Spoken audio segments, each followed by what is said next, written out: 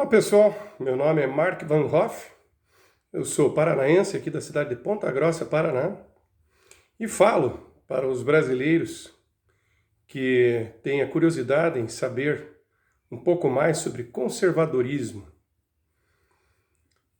É claro que essa é a minha visão das coisas. Se eu tenho conhecimento, eu acredito que sim. Tenho lido muito, tenho pesquisado bastante sobre isso. É a minha visão pessoal dos acontecimentos? Sim, é a minha visão.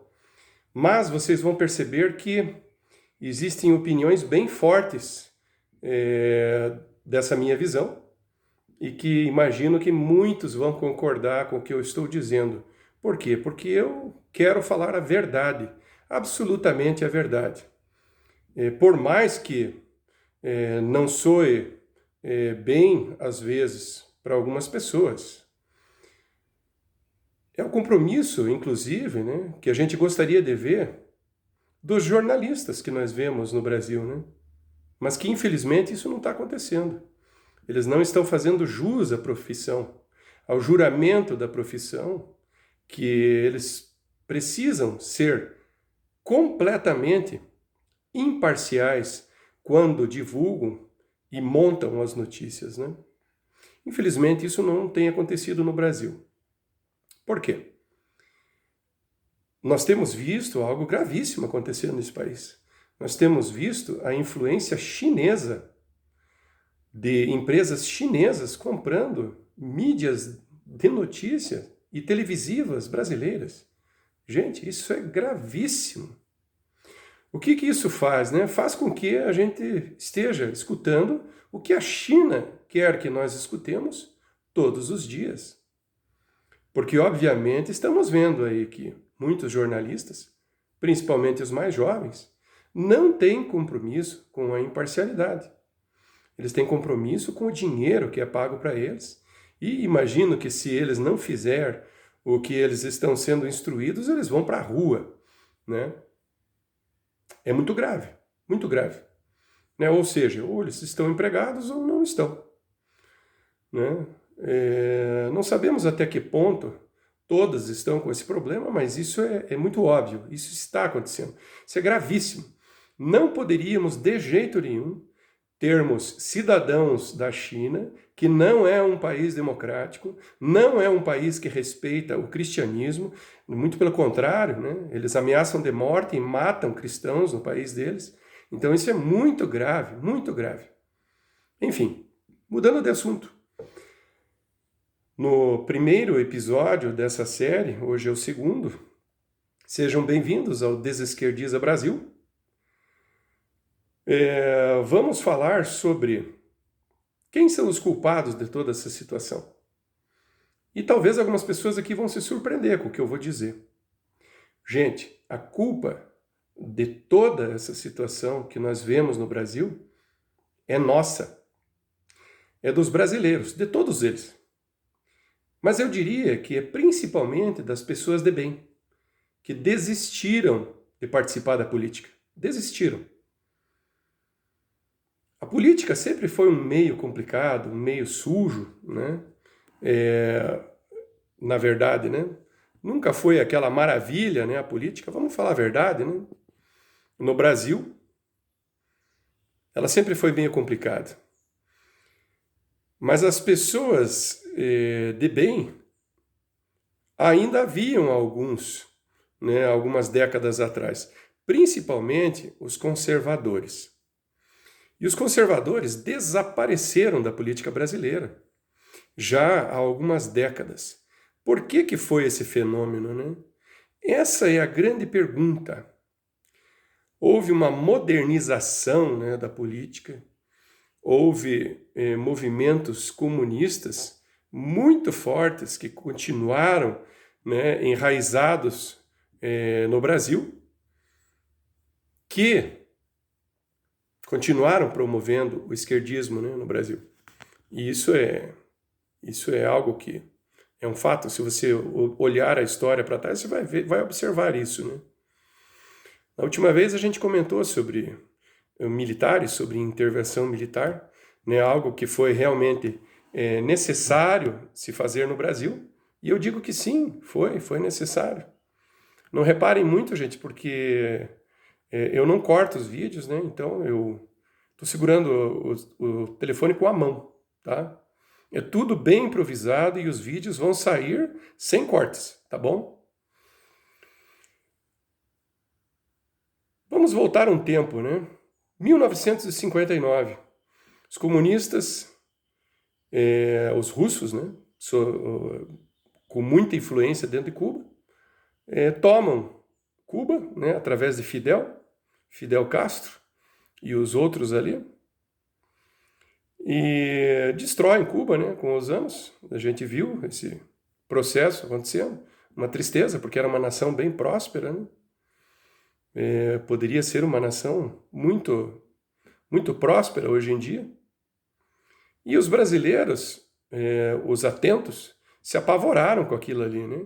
Existia realmente a grande possibilidade de que a Rússia, né, invadisse com a sua influência o Brasil. E isso estava acontecendo, né? Havia guerrilhas, inclusive, né? Havia guerrilhas antes até da intervenção militar. Então vocês pensem na situação, né? A Globo, por exemplo, ela mentiu para nós, né? Ela falou que foi um golpe militar, que foi uma ditadura sangrenta, que os militares só fizeram coisas erradas no Brasil, né? Cheio de mentiras absurdas, né? Por quê? Porque eles são comunistas, né? Existem algumas classes onde isso predomina do Brasil, né? A classe dos artistas, né? A classe dos professores, infelizmente, né? E são essas classes que trabalham, né, com as ciências humanas, né, no geral. Claro, graças a Deus temos belas exceções, né, no meio de todas essas pessoas aí, mas a gente percebe que isso é um fato, isso é uma verdade. Os professores, por exemplo, né, eles não produzem, eles não fabricam as coisas, eles não produzem, né, é uma profissão completamente diferente, né, lida com as pessoas.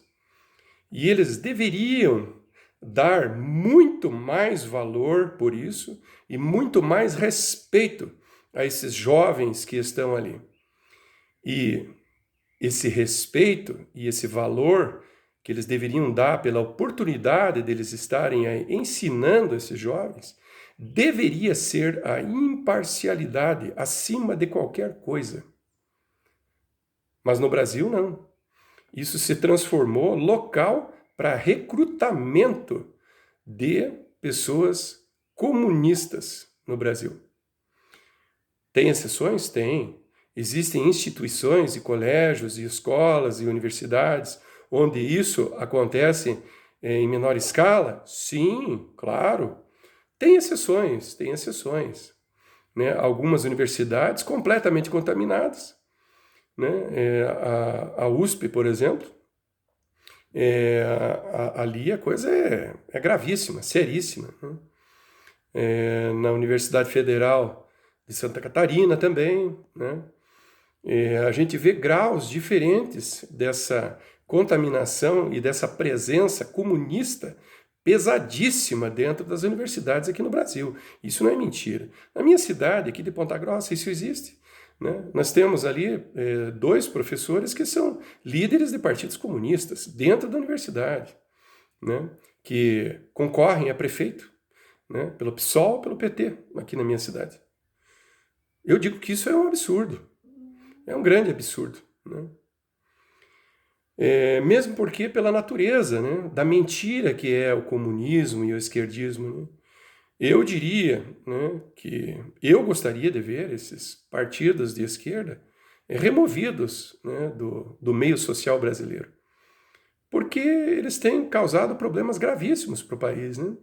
A gente percebe isso. Né? Eles não são bons para o país.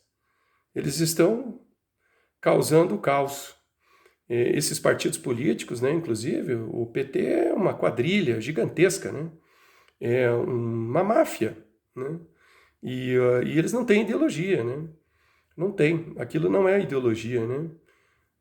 Na minha opinião, é uma seita do mal, né?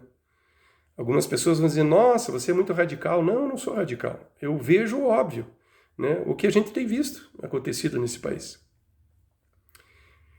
E, infelizmente, lá em 1964, os militares tomaram conta. Muita gente diz que eles fizeram demais. Eu diria que eles fizeram de menos. Fizeram de menos.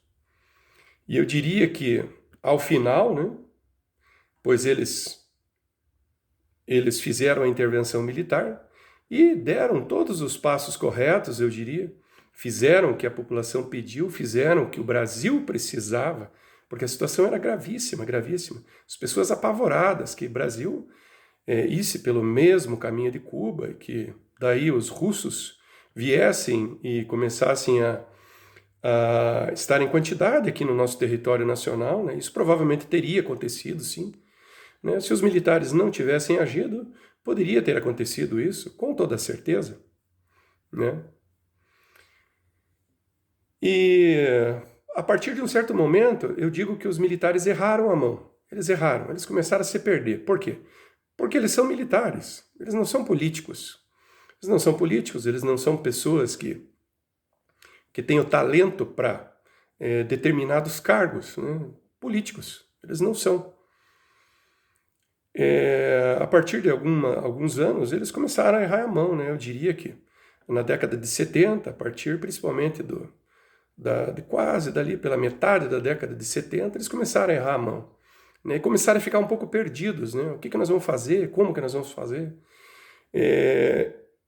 Erraram principalmente o fato de não terem incentivado a permanência de um partido cívico-militar conservador, né, da parte deles, onde eles colocassem pessoas de confiança, pessoas que dessem exemplo dentro do Congresso. Né. Eles poderiam até ter feito depois esse processo de desmilitarização deste partido, mas eles deveriam ter deixado esse partido ali dentro. Né. E quando eles finalmente resolveram entregar o país de volta, né, naquelas infames esquerdiretas já, né, de 1985. Esquerdiretas já. As pessoas que participaram desse movimento, tristemente, foram enganadas pelos comunistas. Né? Os comunistas que promoveram isso, né? E eles queriam a esquerdização do Brasil, já, imediatamente. Né? Não teve nada a ver com diretas já, né? Nada a ver.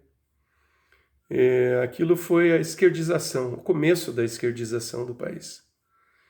E o conservadorismo, né, foi associado de maneira muito forte à ditadura militar, né? Que eles diziam que era ditadura e tal, a ditadura, né? Ditadura, tudo isso é muito relativo, né, gente? Não foi bem uma ditadura, né? Uma ditadura é quando você tem uma pessoa que é um ditador, que ele quer mandar no país, que ele quer dizer só ele o que vai acontecer, o que tem que acontecer, e é uma pessoa normalmente que precisa usar das piores táticas possíveis, né? Tem que prender, mandar matar as pessoas, né? Porque as pessoas começam a se levantar contra um ditador, né? Os mais corajosos. E a situação vai se agravando cada vez mais. Chega um ponto que essa pessoa tem que mandar prender todo mundo. E quando isso acontece, geralmente eles caem. Né? Às vezes caem para entrar coisa pior, né? Às vezes coisa melhor, ou às vezes para desfazer o sistema ditatorial. Né? Então eu digo que quando os militares decidem entregar o poder, eles erraram muito, muito mesmo, absurdamente. Né? Então eu digo que eles deveriam sim ter deixado um partido cívico-militar dentro do Congresso e deveriam ter exigido como condição para entregar o país para as diretas já, né, para presidente, que eles apelidaram de diretas já, né, a condição de que os partidos comunistas não poderiam se proliferar dentro do Congresso. Somente partidos com outras denominações e com outros objetivos. É claro, né? Isso já já aconteceu, né? Não adianta chorar sobre o leite derramado, desculpe. O Brasil é o que é, mas com a presença desses partidos comunistas dentro do Congresso, o Brasil hoje ele está numa situação grave, né? Claro que não são só eles, né? Nós temos vários partidos políticos aí que são corruptos, né? Uma boa parte deles, infelizmente, né? Em mais alto nível, em mais baixo nível, mas todos, né? Praticamente todos, com seus rabos presos, né? A gente vê a situação do PSL, né? Claro que não é o pior deles, mas eu cito porque eu acho trágica a situação do PSL, né? Um presidente da República eleito por um partido ser obrigado a abandonar o seu partido pela guerra interna que havia e pelos problemas, né, que atingiriam o presidente e que não deixariam ele governar. Bolsonaro foi muito corajoso em fazer isso. Vocês imaginem a coragem desse presidente, quando que um presidente abandona o partido ao qual ele é eleito e fica com pouco apoio, né, no Congresso Nacional por causa disso. Foi muito corajoso, ele foi muito corajoso. Vocês sabem por que o presidente fez isso? Porque ele contava com o apoio do povo, ele confiou nisso. Ele pensou, não, eu vou ter que contar com o apoio do povo. Porque eu não posso ficar ligado a esse partido que quer me ferrar. Para não falar termo pior, né, gente? Então essa foi a verdade, né? Então o Brasil começou, né, ali durante o período de intervenção militar, houve um ataque muito grande aos conservadores, né?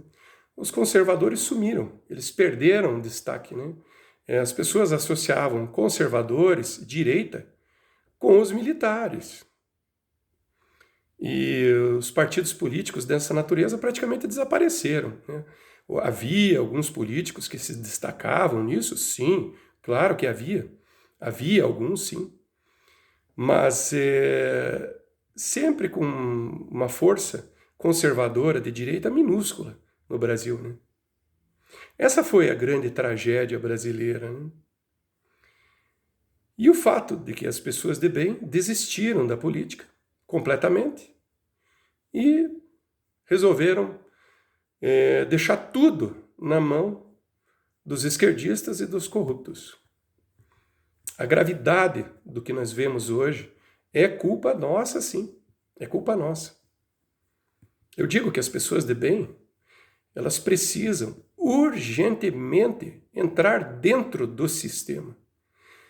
Se as pessoas de bem, as que têm os verdadeiros princípios morais cristãos como base de vida, não entrarem dentro do sistema, gente, nós vamos ficar reclamando dos esquerdistas, dos corruptos, dessa situação nojenta, gravíssima que é a política brasileira, né? Dessa corrupção, do ativismo judiciário que a gente vê dentro de um STF que é incrivelmente ideológico. Só podia, né? Foram colocados ali pelo PT, né? Por partidos de esquerda, PSDB. E hoje atacam esse presidente que é honesto, que não deixa roubar. E eles fazem isso porque estão todos irritadinhos, né? Querendo que a corrupção volte. São capazes até de soltar esse imundo que está aí, né? Mas não consegue andar nas ruas. Por que eles soltaram ele, né? Por que eles querem inocentar ele, né? Aparentemente. É o que a gente tem visto. Eles podem até tentar, né? Mas nunca vão conseguir, né? Que é o que a pessoa faz é impossível de apagar. Como é que você vai apagar tantos crimes de uma pessoa? Como? Porque ela tem muitos amiguinhos dentro do STF? É isso? É isso que acontece no Brasil. É um círculo vicioso, né? Nós colocamos uma faixa aqui na cidade e algumas pessoas, alguns porta-grossenses se interessaram bastante, foi bem interessante. As pessoas paravam, liam, né? Eu perguntava para elas, o que vocês estão achando dessa faixa? Do infinito da impunidade. O que está escrito na faixa? Senadores cometem crimes e são julgados pelo STF. STF cometem abusos de poder, cometem prevaricação, cometem crimes, sim. Nós temos visto eles cometendo crimes e não existe ninguém acima deles que possa colocá-los nos seus lugares ou julgá-los, né? Deveria ser o Senado, mas o Senado que julga o STF. Então, se transformou num ciclo vicioso, infinito da impunidade. É interessante que algumas pessoas às vezes não entendem o que está escrito ali, né? Então o brasileiro, por falta de interesse, né? Falta de interesse, claro que é, falta de interesse, não sabe o que está acontecendo nesse país. E é muito, muito grave o que está acontecendo no país. Acreditar, eu diria, né? O brasileiro não acredita que a situação é gravíssima no país, que ela é 1000 vezes pior do que em 1964. Porque o aparelhamento, ele está todo aí, pelo Brasil afora. Está prontinho para que o país se transforme numa Venezuela. O aparelhamento, as pessoas. Está tudo pronto. A gente vê OAB, STF, Congresso, vários outros tribunais também brasileiros, né?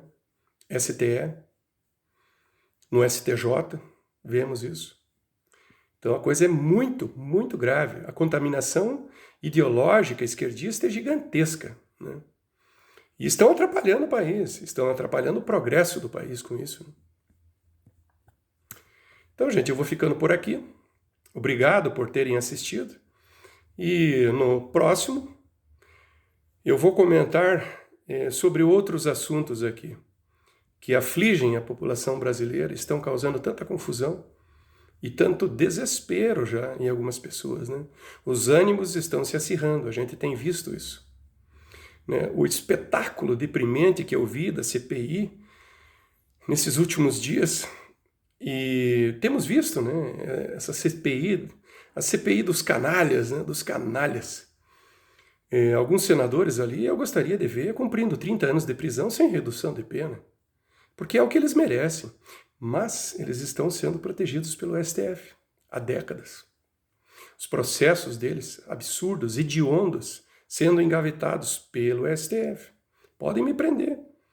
Eu não sou uma pessoa de deixar falar a verdade por medo. Eu falo a verdade, eu preciso falar. Eu tenho que falar a verdade. Porque eu digo que a verdade é o que vai salvar esse país. Temos um presidente que fala isso. Então, gente, fique com Deus aí. Um abraço a todos e que Deus abençoe os patriotas.